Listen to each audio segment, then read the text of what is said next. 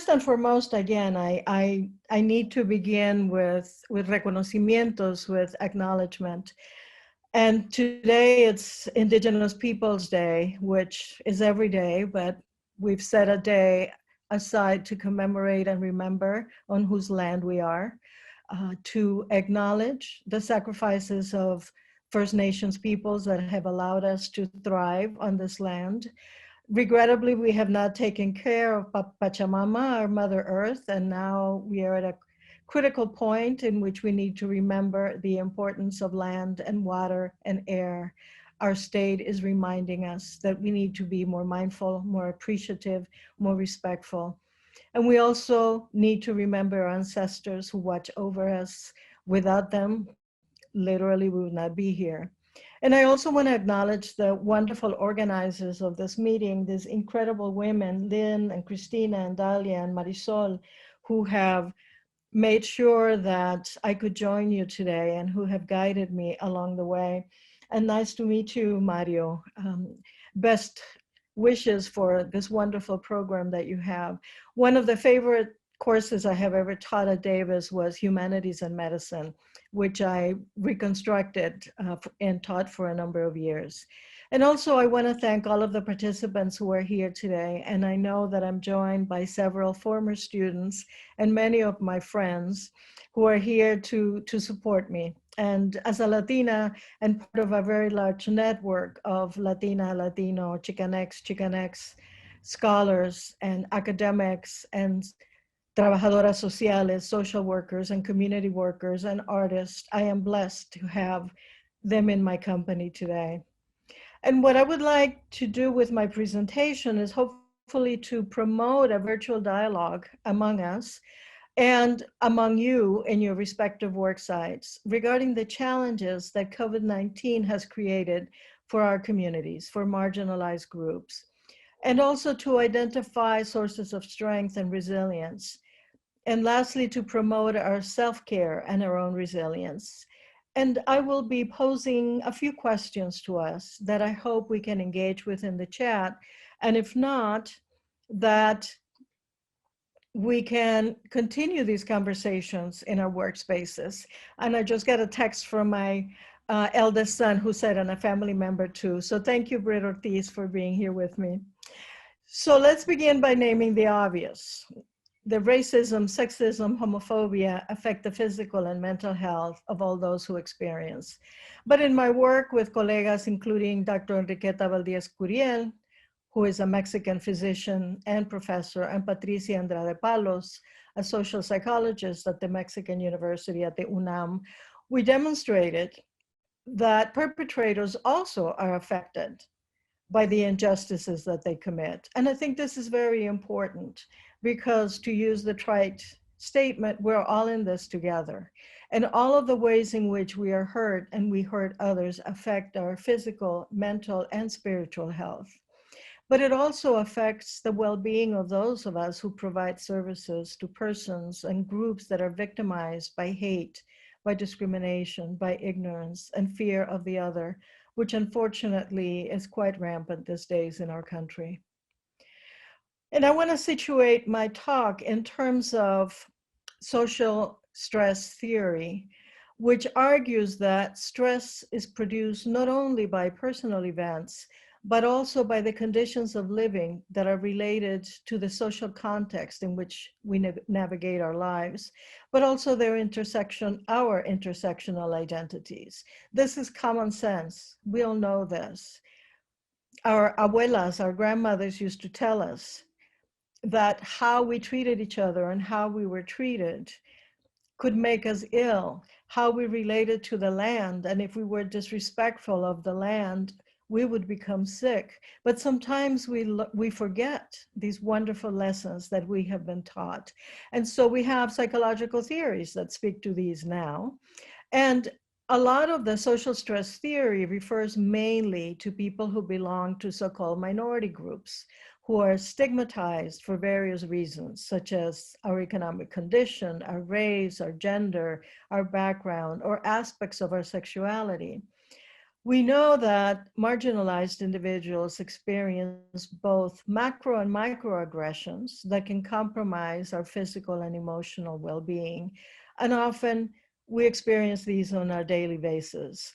An African American family therapist, A.J. Franklin, refers to these as daily microaggressions, the way in which people may inadvertently mispronounce our name or assume that those of us who are of color who work at universities are actually the custodians and not the professors or the deans or even a chancellor.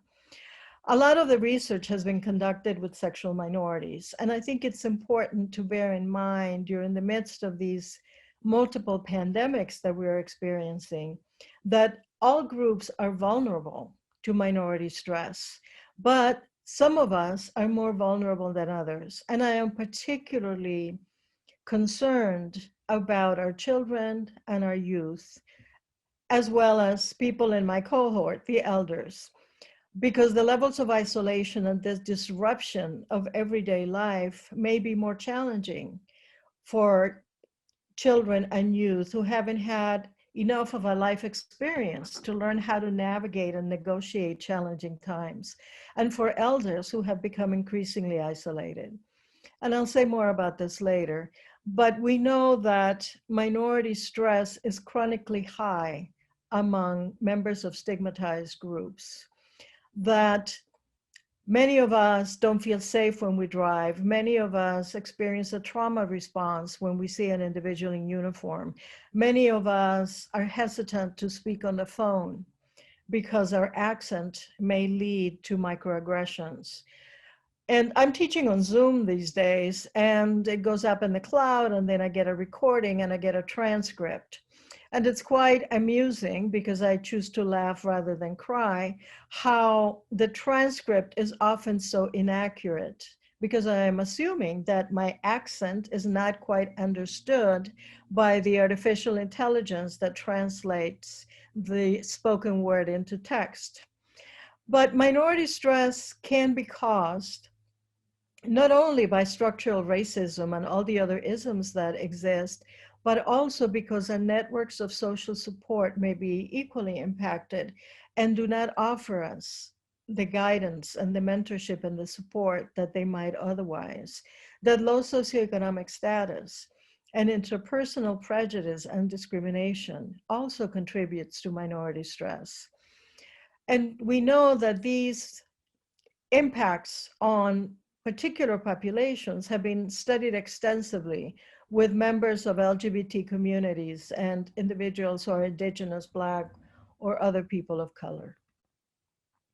So I pose the question, and I invite you to consider, in your experience with students, with professors, with staff, with community members, family members, and other people in your life, in what ways can minority stress be a risk factor? And what might be some factors that mitigate the stress, what we might call mediational variables? But I also pose the question, in what ways can minority stress be a protective factor? Is hypervigilance and looking over your shoulder always bad, always a negative? I think these are conversations that may be helpful for us to have at some point. There's an important comment in the chat that they would ask me to address how misinformation and conspiracy theories affect our communities. And clearly, I think a lot of us are being affected by, indeed, the misinformation and QAnon in particular. I have an extended family member who was propagating some of the same myths on Facebook. And fortunately, there's two psychologists in the extended family in the United States who, one of them responded immediately and saved me the response that I wanted to say, but because I was spending about 5 minutes recalibrating in order to respond in a compassionate and loving manner to this cousin, whose only relationship with me is on Facebook. So I'll try to get back to that more intentionally, and if I don't, Antonio, please remind me. I think it's important to also bear in mind, as I said earlier, that some groups may be more susceptible at various points to minority stress. And these include, of course, women and the working class. Because for many of us in the working class, life and work are often synonymous. And I see this particularly in a lot of the men with whom I work, who I evaluate for immigration, who I meet in my community work, who are my evaluation, mental health evaluation, and or psychotherapy clients, that the experience of losing employment because of the pandemic challenges, threatens their identity as a man, challenges and threatens their identity as a provider. And a lot of the Latino men with whom I work are experiencing very high levels of anxiety and depression because they're not able to fulfill the cultural mandate, the class mandate of being the provider. But also, what does it mean for women who are single parents? How are they struggling with reduced work hours? I had an opportunity to interview a lady earlier for a U visa evaluation who is a supervisor in one of the hotels in Northern California, and she only works now 2 days a week. Her husband is totally unemployed. And so she's sharing with me, I don't know how to differentiate, she says, between the trauma of the violence that I experienced and the trauma of not having a job. I don't know how to put food on the table for my family, but I have to be strong because my husband is very depressed. So when we think about the impact of COVID on our communities, it isn't just the health disparities, which I will address shortly, and the lack of access to services, and that none of us can get the treatments that the individual in the White House has been able to get when affected by COVID. But we're also dealing with unemployment, and we're also dealing with hopelessness, and we're also dealing with trying to be strong. So we have these minority stressors that can absolutely compromise our physical, emotional, and spiritual health. It's also important to remember that we have a lot of protective factors that can be mobilized in times of crises. That as a people, we are resilient. In many cultures, including my own, we are stoic. We are basically trained to say, okay, yes, accept it, it happens, that's life.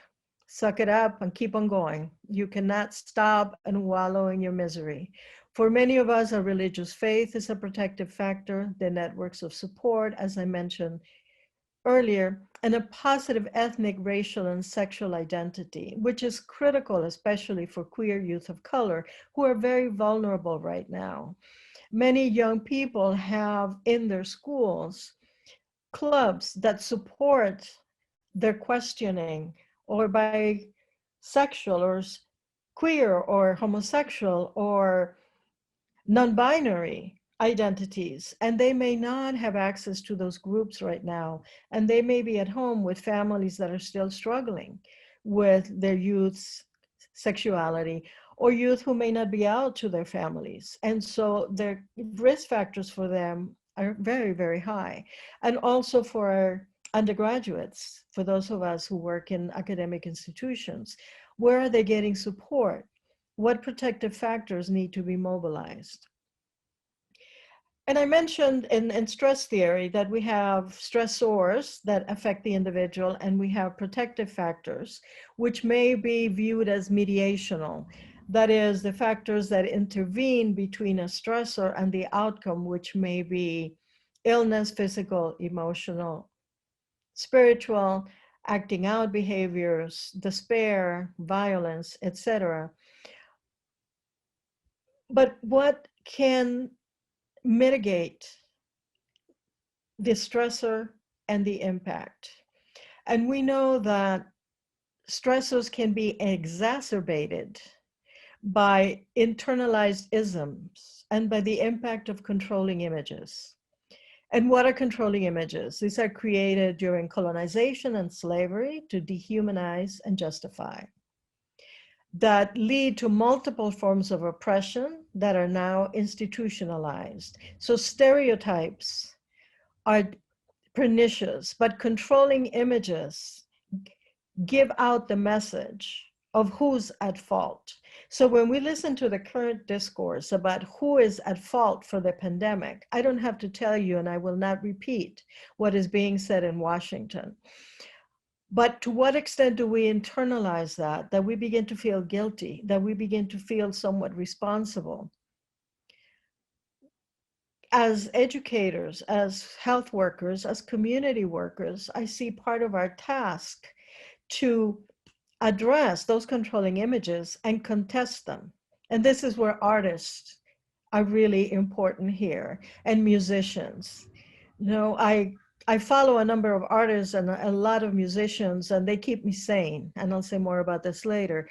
Because, for instance, in Instagram and Facebook today, I put up an image that one of our former students, who is now a professor at Davis, Gilda Posada, has of a Native woman, indigenous woman. And the image says, it's okay to be a chingona. And yes, we have to claim our power, and we need to work with young people to reconnect with their power and to identify those images that speak to them, that represent them, to counter those controlling images, such as the angry Black woman, the loud Latina, the Black males as criminals, Latino men as burros, as bad hombres, immigrants as criminals, creator of anchor babies, and other controlling images that are being currently used and that feed or are fed by these conspiracy theories, by accusing certain people previously in government who actually advocated for the well-being of people of color to be involved with trafficking. Believe me, they're not. I study trafficking. So more specifically, what is the impact of the current COVID-19 pandemic? How are we being affected? How is your mental health being affected? Do you see any new controlling images emerging? Who is being blamed by the pandemic? What kinds of narratives are you hearing that you have to counter on a daily basis?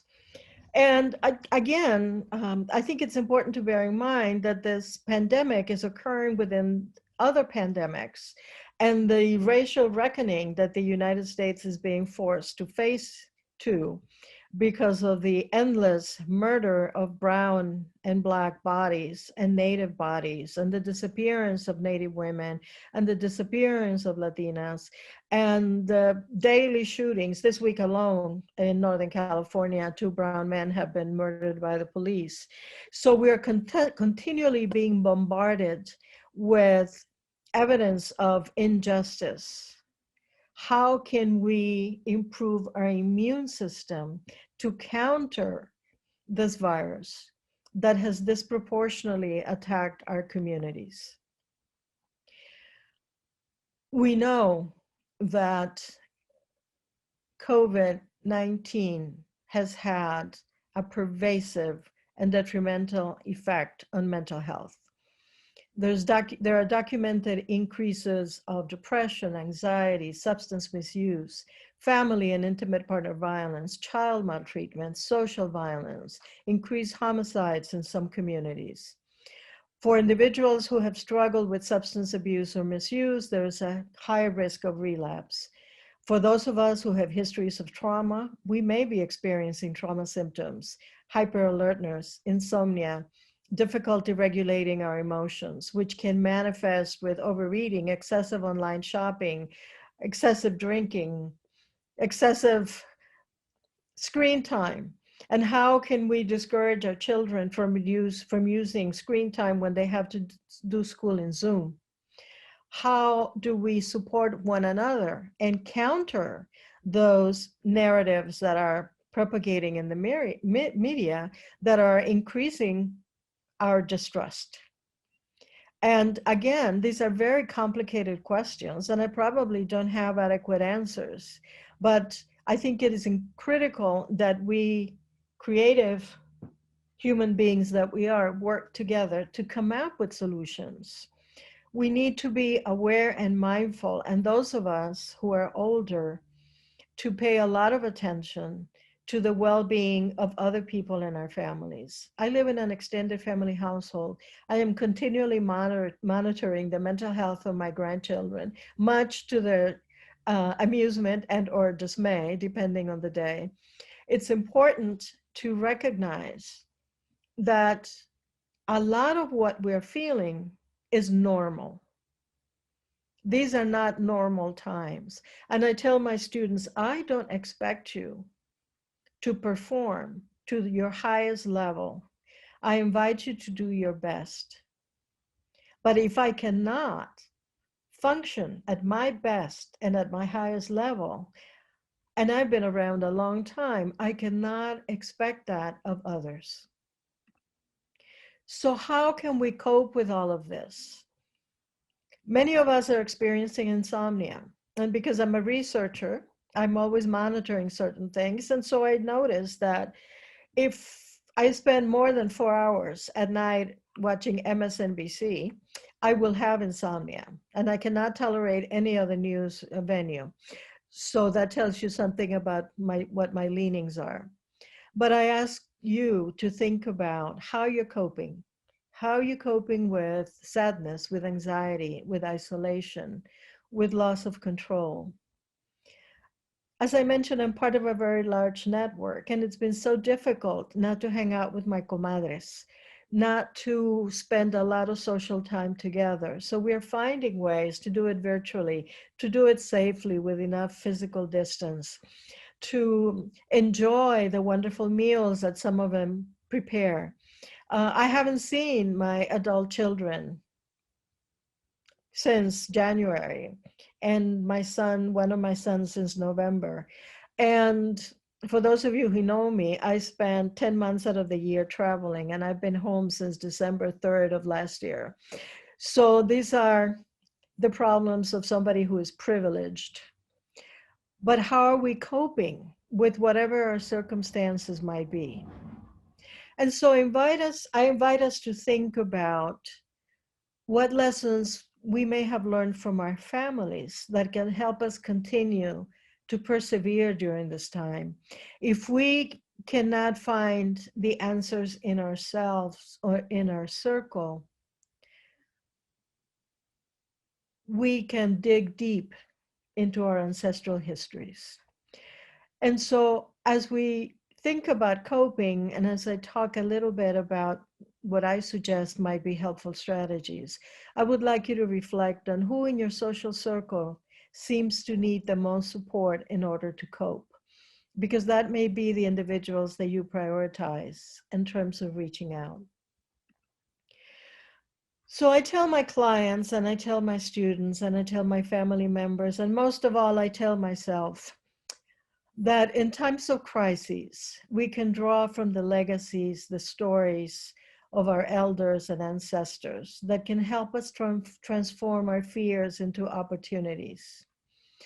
So I ask you, where do you draw your strength to continue to doing what you do for work, to support your family? If you have children, helping them through distance learning. How do you support your students? How do you support your colleagues? How do you keep the mission of your work and of your life going when you may literally have trouble breathing, as I do, because of the fires and because I'm very somatic. So anytime anything bad happens, I literally have trouble breathing.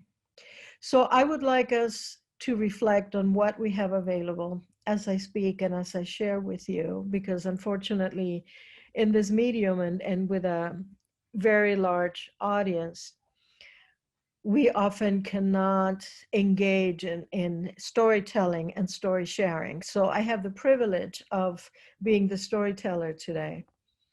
So before I go to self-care, I want to share a little story with you. And in the beginning of the pandemic, I was okay. I was home, I was adjusted. I figured, okay, 6 months, I can do this.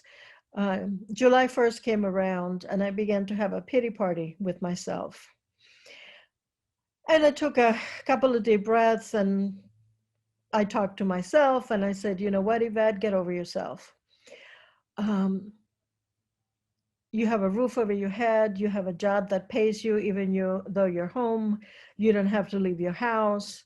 Um, one of my daughters is a nurse, and so she refuses to let me out of the house. She's afraid I'll get COVID and die because I'm old and I have asthma and other underlying conditions. So I have people who love me. I have people who take care of me. I have people who keep me company. I have friends. And yet there are days when I was in the pit of despair. And so I decided to dig into the ancestral well. And I remember the story. And Britt, I don't know if you know the story, but this is the story of my children's paternal grandmother, Maria Hernandez. And Maria Hernandez lost her husband, her baby daughter, and several other family members to the flu pandemic of the last century. And after her husband and her baby daughter died, she took her then 11-year-old son by the hand and walked from Camargo, Tamaulipas to the Texas border. We don't know how, but she crossed the Rio Grande, and we don't know how she ended up in Galveston, Texas, where she, with a sixth grade education, supported her son, eventually married her second husband, and had 3 other children. And because of her, my children had a father. And because of her, the Ortiz Hernandez family line continued. And yes, the family has been affected by a lot of the historical trauma, and we have lost way too many family members. However, I think about her, a widow with a young son, walking to the Texas border, crossing a river to raise a family and to provide that son with greater opportunities. And I think about all of the stories of my parents migrating to the United States in their 40s for a number of reasons, one among them to give me a better life. And so that helps ground me, and that helps me root myself into the privileges that I have, and to remember, as Manuel Ramirez III might say, what is my destiny? And what is my legacy? And what is my obligation to the ancestors to keep on going? And so what I share with you is that self-care is absolutely essential for us to continue to do what we do. That compassion of ourselves and compassion towards our families, particularly those family members that embody many of the things that we despair about, like homophobia and racism and sexism, that in order to be able to be compassionate of our families and sometimes of our colleagues and our students, we need to be mindful of our own self-care. As educators, as members of academic institutions, especially for those of us who come from marginalized communities, taking time for ourselves may be difficult because many of us have been socialized to prioritize others. And this is gendered also, and it's also a function of social class. But it's also important to remember that we need to nurture ourselves in order to refill our own well. And that one way of taking care of ourselves is that sometimes we need to check out and disconnect. We need to disconnect from media. We need to disconnect from our families. We need to disconnect from our colleagues and from our students. We need time for us. Because if we do not disconnect from others, we may find it very hard to connect with ourselves. And my dear colleague Natalia Dipsosa, who's here, gives us a quote from Audre Lorde: caring for myself is not self-indulgence, it is self-preservation. And that is an act of political warfare, indeed. And Someone also posed a question in the chat that how do we navigate when we have family members who have different political views? This is not advice because I really cannot advise you on how to handle that. But I will share with you what I have done. I have divorced a number of people in my family, and I do not have anything to do with many people in my family because of who they chose to support politically. I understand that there is a lot of internalized racism and a lot of fake, false hypermasculinity in some of my family members who identify with the aggressor and with the master aggressor because they see this individual as representing strength. And they do not distinguish between strength and oppression. But I do not need toxicity and negativity in my life. There is enough toxicity in the air. I do not need to inhale the toxicity of family members.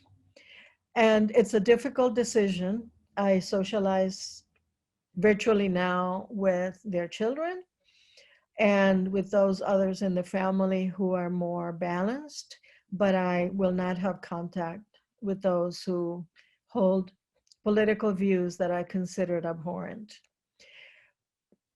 If we protect ourselves in that way, it may make it easier to connect with others from a place of strength. And I think this is particularly important for all of us and those of us who have histories of trauma, because the current circumstances are traumatic. COVID-19 is traumatic. And for those of us who already have histories of trauma, and many of us carry intergenerational trauma. I carry the intergenerational trauma of the Afro-Latina, Indigenous, Mestiza, and European women in my genealogy, and also of the violence perpetrated upon some of the men in my family who then made them perpetrators. So when we have histories of trauma, we may go into trauma mode and we can go into a fight, flight, or freeze response.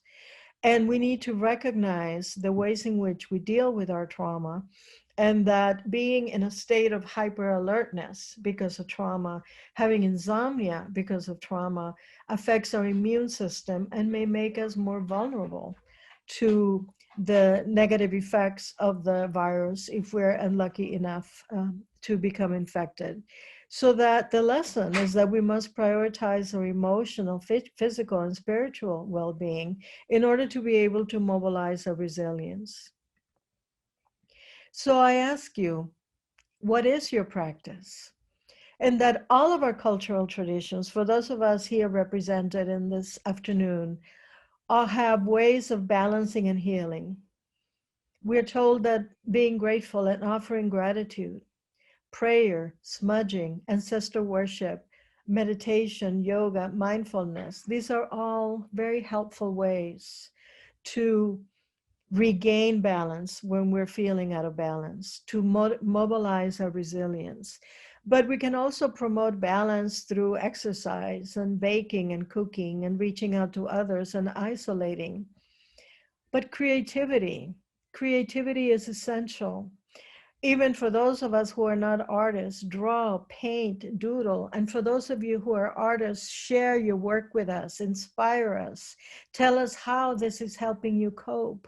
For the musicians who are creating Zoom concerts, who are sticking their necks and their bodies out, taking strong positions in support of Black Lives Matter and getting attacked by others. For those of us who choose to remember who we are as mixed race people and who are proud of our ethnic and racial identity complexities, journal, write, sing, dance, do dream work, whatever works for you. Now is the time to do more of and to share that practice. To share that practice with your loved ones, with the young ones. Share the practice with your friends. Share it virtually. Whatever your talents, whatever your gifts.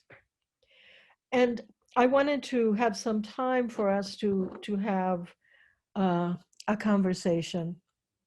But I really would like to ask you to do this, and perhaps we can compile these and share them later, that if you would like to write a word or short phrase in the text that describes your wishes for yourself, for this group, for those who are here together, for your people, for your loved ones, for our planet, for our brothers and sisters in the animal world.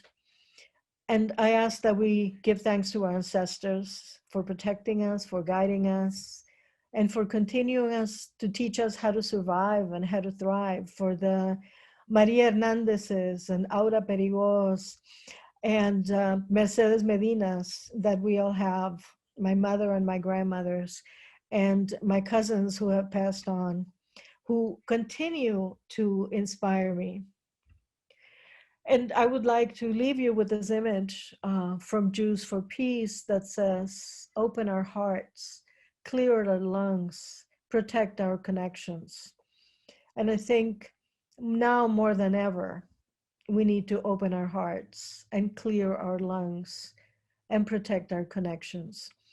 And if you practice traditional medicine, if you practice Chinese medicine, if you practice Western medicine, whatever medicine, Ayurvedic, whatever medicine you practice, talk about it, celebrate it, and share the knowledge with others.